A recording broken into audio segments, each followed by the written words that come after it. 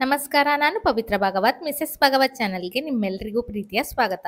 ಇವತ್ತಿನ ವಿಡಿಯೋದಲ್ಲಿ ಅವಲಕ್ಕಿಯನ್ನು ಬಳಸಿಕೊಂಡು ಒಂದು ರುಚಿಯಾದ ತಿಂಡಿಯನ್ನು ತೋರಿಸ್ತಾ ಇದ್ದೇನೆ.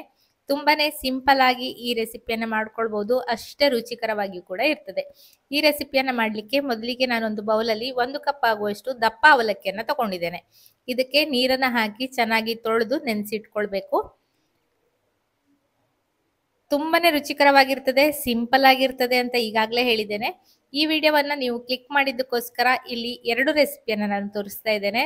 ಮೊದಲಿಗೆ ನಾನು ಒಂದು ರೆಸಿಪಿಯನ್ನು ತೋರಿಸ್ತೇನೆ ಅಂತ ಹೇಳಿದ್ದೆ, ಆದರೆ ಈ ವಿಡಿಯೋವನ್ನ ನೋಡೋರಿಗೋಸ್ಕರ ಈ ವಿಡಿಯೋದಲ್ಲಿ 2 ರೆಸಿಪಿ ಇರ್ತದೆ. ಅವಲಕ್ಕಿಯನ್ನೆಲ್ಲ ಚೆನ್ನಾಗಿ ತೊಳೆದು ನೆನೆಸಿ ಇಟ್ಕೊಂಡಿದ್ದೇನೆ. ಅರ್ಧ ಗಂಟೆ ಹೊತ್ತು ನೆನೆಸಿಟ್ಕೊಂಡಿದ್ದೇನೆ. ಒಂದೊಂದು ಅವಲಕ್ಕಿ ಒಂದೊಂದು ಟೈಮ್ ಬೇಕಾಗ್ತದೆ. ಈ ಅವಲಕ್ಕಿಗೆ ಒಂದು ಅರ್ಧ ಗಂಟೆ ನೆನೆಸ್ಕೊಂಡಾಗ ಮೆತ್ತಗೆ ಆಗ್ತದೆ. ನೀರನ್ನೆಲ್ಲ ಬಸಿದು ಇಟ್ಕೊಂಡಿದ್ದೇನೆ. ಈಗ ಒಂದು ಬೌಲಲ್ಲಿ ತುರಿದಿರುವಂತಹ ಹಸಿ ಕಾಯನ್ನು ಹಾಕ್ಕೊಳ್ತಾ ಇದ್ದೇನೆ. 1/4 ಕಪ್ ಆಗುವಷ್ಟು ಹಾಕ್ಕೊಂಡಿದ್ದೇನೆ. ನಂತರ ಇದಕ್ಕೆ ಕಟ್ ಮಾಡಿರುವಂತಹ ಅರ್ಧ ಭಾಗದಷ್ಟು ಈರುಳ್ಳಿಯನ್ನು ಹಾಕ್ಕೊಳ್ತಾ ಇದ್ದೇನೆ. ಚಿಕ್ಕದಾಗಿ ಕಟ್ ಮಾಡಿಕೊಂಡ್ರೆ ಚೆನ್ನಾಗಾಗ್ತದೆ. ನಂತರ ರುಚಿಗೆ ಬೇಕಾಗುವಷ್ಟು ಉಪ್ಪನ್ನು ಹಾಕ್ಕೊಳ್ತಾ ಇದ್ದೇನೆ. ಕಟ್ ಮಾಡಿ ಇಟ್ಟಿರುವಂತಹ ಹಸಿಮೆಣಸನ್ನು ಹಾಕ್ಕೊಳ್ತಾ ಇದ್ದೇನೆ. ಚೆನ್ನಾಗಿ ಪರಿಮಳ ಇರುವ ಹಸಿಮೆಣಸು, ಸ್ವಲ್ಪ ಖಾರವಾಗಿದ್ದ ಹಸಿಮೆಣಸು ಆದರೆ ಚೆನ್ನಾಗಾಗ್ತದೆ. ನಾನಿಲ್ಲಿ ಅರ್ಧ ಭಾಗದಷ್ಟು ಹಸಿಮೆಣಸನ್ನು ಚಿಕ್ಕದಾಗಿ ಕಟ್ ಮಾಡ್ಕೊಂಡಿದ್ದೇನೆ. ನಂತರ 2 ಟೀ ಚಮಚ ಆಗುವಷ್ಟು ತೆಂಗಿನ ಎಣ್ಣೆಯನ್ನು ಹಾಕ್ಕೊಂಡಿದ್ದೇನೆ. ಸ್ವಲ್ಪ ಸಕ್ಕರೆಯನ್ನು ಕೂಡ ಹಾಕ್ಕೊಳ್ತೇನೆ, ರುಚಿ ಬ್ಯಾಲೆನ್ಸಿಗೋಸ್ಕರ. ತುಂಬಾನೇ ಚೆನ್ನಾಗಾಗ್ತದೆ, ಚೂರು ಸಿಹಿ ಬಿದ್ದಾಗ ರುಚಿ ಚೆನ್ನಾಗಾಗ್ತದೆ ಅಂತ. ಇದೆಲ್ಲವನ್ನ ಚೆನ್ನಾಗಿ ಕೈಯಲ್ಲೇ ಕಿವುಚ್ಕೊಳ್ತೇನೆ. ಆ ಹಸಿಮೆಣಸಿನ ಖಾರ ಎಲ್ಲ, ಎಣ್ಣೆ ಎಲ್ಲ ಕೂಡ ತೆಂಗಿನಕಾಯಿಯ ಜೊತೆಗೆ ಚೆನ್ನಾಗಿ ಹೊಂದಾಣಿಕೆ ಆಗಬೇಕು. ಹಸಿಮೆಣಸನ್ನೆಲ್ಲ ಚೆನ್ನಾಗಿ ಕಿವುಚ್ಕೊಳ್ಬೇಕು, ಆಗ ತುಂಬಾನೇ ಚೆನ್ನಾಗಾಗ್ತದೆ.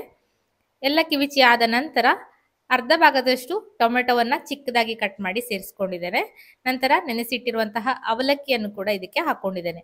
ಕಟ್ ಮಾಡಿ ಇಟ್ಟಿರುವಂತಹ ಕೊತ್ತಂಬರಿ ಸೊಪ್ಪನ್ನು ಸ್ವಲ್ಪ ಹಾಕೊಳ್ತೇನೆ. ಎಲ್ಲವನ್ನು ಚೆನ್ನಾಗಿ ಮಿಕ್ಸ್ ಮಾಡ್ಕೊಳ್ತೇನೆ. ಎಷ್ಟು ಸಿಂಪಲ್ ಆಗಿದೆ ಅಲ್ವಾ ಈ ರೆಸಿಪಿ. ಇದನ್ನು ಮತ್ತೆ ಬಿಸಿ ಮಾಡೋದಾಗ್ಲಿ ಯಾವುದು ಕೂಡ ಇಲ್ಲ, ಹಸಿಯಾಗೆ ಮಾಡುವಂತಹ ಅವಲಕ್ಕಿ ಇದು. ತಿನ್ಲಿಕ್ಕೂ ಕೂಡ ತುಂಬಾನೇ ಚೆನ್ನಾಗಾಗ್ತದೆ. ಇದರ ರುಚಿಯನ್ನ ಇನ್ನೂ ಕೂಡ ಹೆಚ್ಚಿಸಲಿಕ್ಕೆ ಒಂದು ಒಗ್ಗರಣೆ ಸೌಟನ್ನ ಬಿಸಿಗಿಟ್ಟು 1 ಟೇಬಲ್ ಚಮಚ ಆಗುವಷ್ಟು ಎಣ್ಣೆಯನ್ನು ಹಾಕೊಂಡು ನೆಲಗಡಲೆ 2 ಟೇಬಲ್ ಚಮಚ ಆಗುವಷ್ಟನ್ನ ಹಾಕೊಂಡು ಚೆನ್ನಾಗಿ ಹುರ್ಕೊಳ್ತೇನೆ.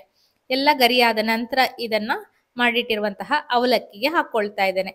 ನಿಮಗೆ ಅಕಸ್ಮಾತ್ ಬೆಂಕಿ ಎಲ್ಲ ಇಲ್ಲ, ಗ್ಯಾಸ್ ಎಲ್ಲ ಖಾಲಿ ಆಗಿದೆ ಅಂತ ಅಂದಾಗ ಹುರಿದಿರುವಂತಹ ನೆಲಗಡಲೆ ಇದ್ರೆ ಮನೆಯಲ್ಲಿ ಇದ್ರೆ ಅದನ್ನ ಹಾಕೊಳ್ಬಹುದು, ಅಥವಾ ಸ್ಕಿಪ್ ಕೂಡ ಮಾಡಬಹುದು. ಹಾಕೊಂಡ್ರೆ ತುಂಬಾನೇ ರುಚಿಕರವಾಗಿರ್ತದೆ. ಅಥವಾ ಅಂಗಡಿಯಿಂದ ತಂದಂತಹ ಕಾಂಗ್ರೆಸ್ ಕಡಲೆ ಇದ್ರೆ ಅದನ್ನು ಕೂಡ ಸೇರಿಸ್ಕೊಳ್ಬಹುದು, ಚೆನ್ನಾಗಾಗ್ತದೆ. ದಿಢೀರಾಗಿ ಮಾಡುವಂತಹ ರುಚಿಕರವಾದ ಸಿಂಪಲ್ ಆದ ಒಂದು ಅವಲಕ್ಕಿ ರೆಡಿ ಆಯ್ತು. ಇವತ್ತಿನ ಈ ವಿಡಿಯೋ ಇಷ್ಟ ಆಗಿದೆ ಅಂತ ಅನ್ಕೊಳ್ತೇನೆ.